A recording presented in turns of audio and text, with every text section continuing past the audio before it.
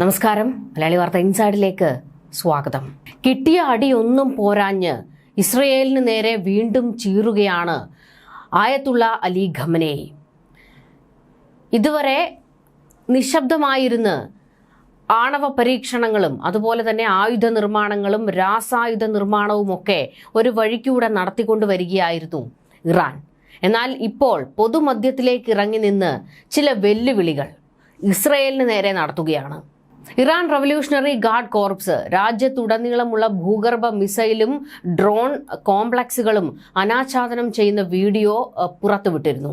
ഇസ്രയേലിനെ വെല്ലുവിളിക്കുന്നു എന്ന തരത്തിലായിരുന്നു ഈ ദൃശ്യങ്ങൾ പുറത്തുവിട്ടുകൊണ്ട് IRGCയുടെ ഒരു പ്രകോപനപരമായ ചില നീക്കങ്ങൾ. അതായത് IRGC ചില ശക്തമായ നീക്കങ്ങളിലേക്ക് കടക്കുന്നു എന്ന മുന്നറിയിപ്പാണ് ഇസ്രയേലിന് കൊടുക്കുന്നത്. ഇറാനിൽ ഇനി ചാരപ്പണിയുമായി ഇസ്രയേൽ വന്നാൽ അവരുടെ ജെറുസലേമാണ് കത്തിക്കാൻ പോകുന്നത് എന്ന മുന്നറിയിപ്പാണ് കൊടുത്തിരിക്കുന്നത്. നട്ടലുണ്ടെങ്കിൽ ജെറുസലേമിന്റെ മണ്ണിലൊന്ന് കാലുകുത്തു എന്നാണ് ഇസ്രയേൽ തിരിച്ചു മറുപടി കൊടുത്തിരിക്കുന്നത്. ആയത്തുള്ള അലി ഖമനേയി ഇടയ്ക്കൊന്ന് നിശബ്ദനായി മാറി നിൽക്കുകയായിരുന്നു. ഇതുവരെ ആയത്തുള്ള അലി ഖമനേയിക്ക് എന്ത് പറ്റി എന്നുള്ളതിനെ കുറിച്ചൊന്നും വ്യക്തത വന്നിട്ടില്ല. എങ്കിലും ഇസ്രയേലിന് നേരെ ആക്രമണം ശക്തമാക്കാൻ നിശബ്ദമായിരുന്നു കൊണ്ട് IRGCക്ക് മുന്നറിയിപ്പ് കൊടുക്കുകയും ഇസ്രയേലിന് നേരെ ചില നീക്കങ്ങൾ നടത്തുന്നതിന് പദ്ധതികൾ തയ്യാറാക്കുകയുമാണ് ഖമനേയി ചെയ്യുന്നത് എന്നുള്ള വിവരങ്ങളാണ് ഇപ്പോൾ പുറത്തേക്ക് വരുന്നത്.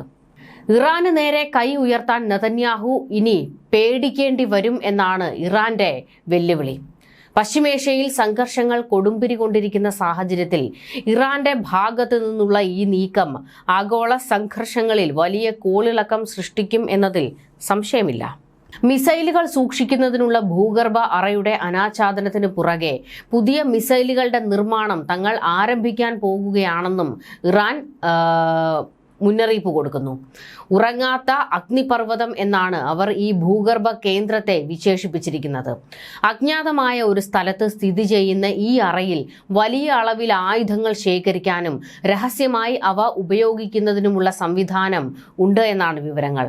ഒക്ടോബറിലും ഏപ്രിലിലും ഇസ്രയേലിനെതിരെ ഇറാൻ നടത്തിയ പ്രവർത്തനങ്ങളുടെ ഒരു ഭാഗം ഈ ഭൂഗർഭ മിസൈൽ ബേസ് ഉപയോഗിച്ചാണ് എന്ന വിവരങ്ങൾ ഇറാൻ മാധ്യമങ്ങൾ തന്നെ റിപ്പോർട്ട് ചെയ്തിരുന്നു.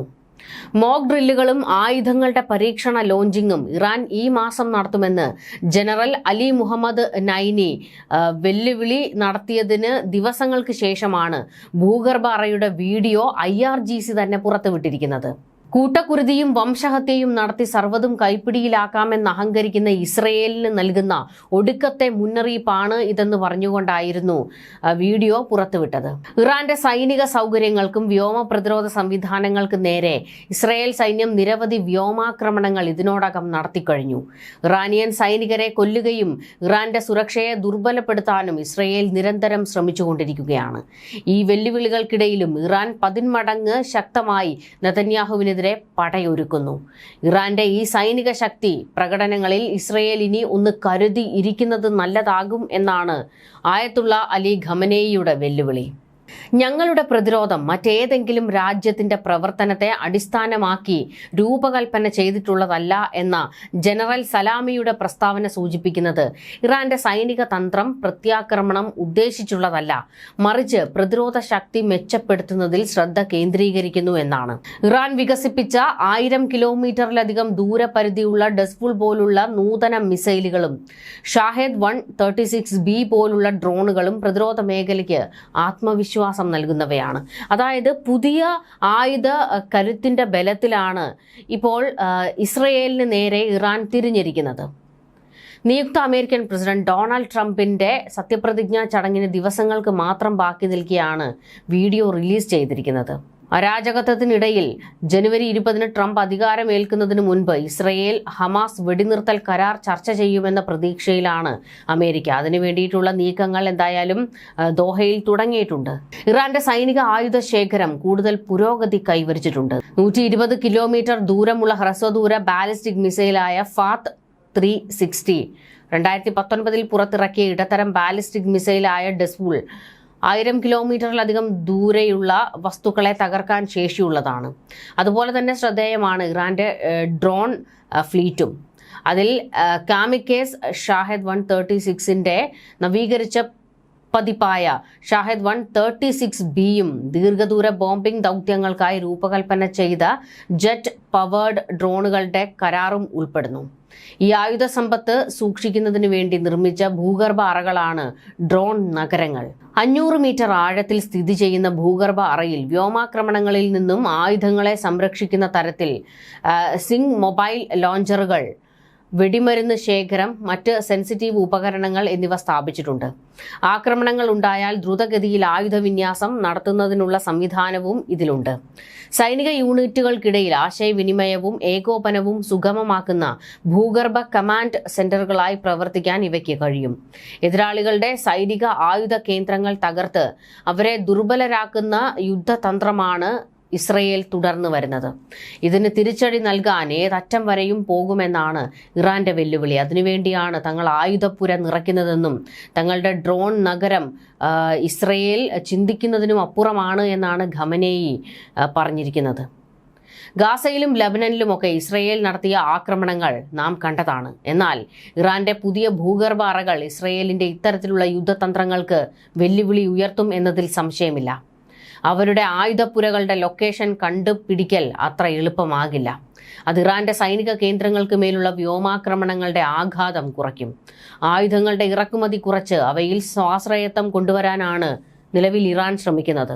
ഇതിലൂടെ ബാഹ്യ ഇടപെടലുകളിൽ നിന്ന് രാജ്യത്തെ പ്രതിരോധ സംവിധാനത്തെ സുരക്ഷിതമാക്കാൻ അവർക്ക് കഴിയുമെന്ന് IRGC തലവൻ പറയുന്നത്. ഭൂഗർഭ സൗകര്യങ്ങൾ വ്യോമാക്രമണങ്ങളിൽ നിന്ന് സംരക്ഷണം നൽകുന്നതിനാൽ ഇറാന്റെ മിസൈൽ ഡ്രോൺ സൈറ്റുകൾ ടാർഗറ്റ് ചെയ്യാനുള്ള ഇസ്രയേലിന് അത്ര പെട്ടെന്ന് ഇനി കഴിയില്ല. ഭൂഗർഭ സൗകര്യങ്ങൾ ഇറാന്റെ സൈനിക ശേഷിയെക്കുറിച്ച് കൃത്യമായ രഹസ്യാന്വേഷണ വിവരങ്ങൾ ശേഖരിക്കുന്നതിൽ ഇസ്രയേലിന്റെ വഴിമുടക്കും. ഫലപ്രദമായ സൈനിക പ്രവർത്തനങ്ങൾ ആസൂത്രണം ചെയ്യാനും നടപ്പിലാക്കാനും ഇസ്രയേലിന് കഴിയാതെ വരും. ഇറാന്റെ സൈനിക ശേഷി വർദ്ധിക്കുന്നു എന്ന വാർത്തകൾ ഇനി ആയുധം കയ്യിലെടുക്കുമ്പോൾ 2 തവണ ചിന്തിക്കാൻ ഇസ്രയേലിനെ പ്രേരിപ്പിക്കും. ഇറാന്റെ ഭൂഗർഭ മിസൈലുകളിൽ നിന്നുള്ള ഭീഷണി നേരിടാൻ ഇസ്രയേൽ മിസൈൽ പ്രതിരോധ സംവിധാനങ്ങളായ അയൺ ഡോം, ഡേവിഡ് സ്ലിംഗ്, ആരോ എന്നിവയിൽ കൂടുതൽ നിക്ഷേപം നടത്തേണ്ടിയും വന്നേക്കാം. ഇസ്രയേലിന് ഇനി ഇറാന്റെ മുന്നിൽ അടിയറവ് പറയേണ്ടി വരും എന്നാണ് IRGCയും ആയത്തുള്ള അലി ഖമനേയും ഭീഷണി മുഴക്കിക്കൊണ്ടിരിക്കുന്നത്. ഇറാൻ പറയുന്നത് ഇനി തങ്ങൾക്ക് നേരെ ആയുധമെടുക്കാൻ 10 തവണയെങ്കിലും ഇസ്രയേൽ ആലോചിക്കും. അത്തരത്തിൽ ഒരാക്രമണം നടത്താൻ വീണ്ടും തുനിഞ്ഞാൽ ജെറുസലേം പിന്നെ ഉണ്ടാകില്ല എന്നാണ്. എന്നാൽ ജെറുസലേമിൽ തൊട്ടുള്ള കളിക്ക് ഇറാൻ വലിയ വില നൽകേണ്ടി വരുമെന്ന് ബെഞ്ചമിൻ നെതന്യാഹു തിരിച്ച് മറുപടി കൊടുത്തിട്ടുണ്ട്. വീണ്ടും സംഘർഷഭരിതമാകുകയാണ് പശ്ചിമേഷ്യ. ഇറാനും ഇസ്രയേലും നേർക്കുനേർ വരികയാണ്. ന്യൂസ് ഡെസ്ക് മലയാളി വാർത്ത ഇൻസൈഡ്.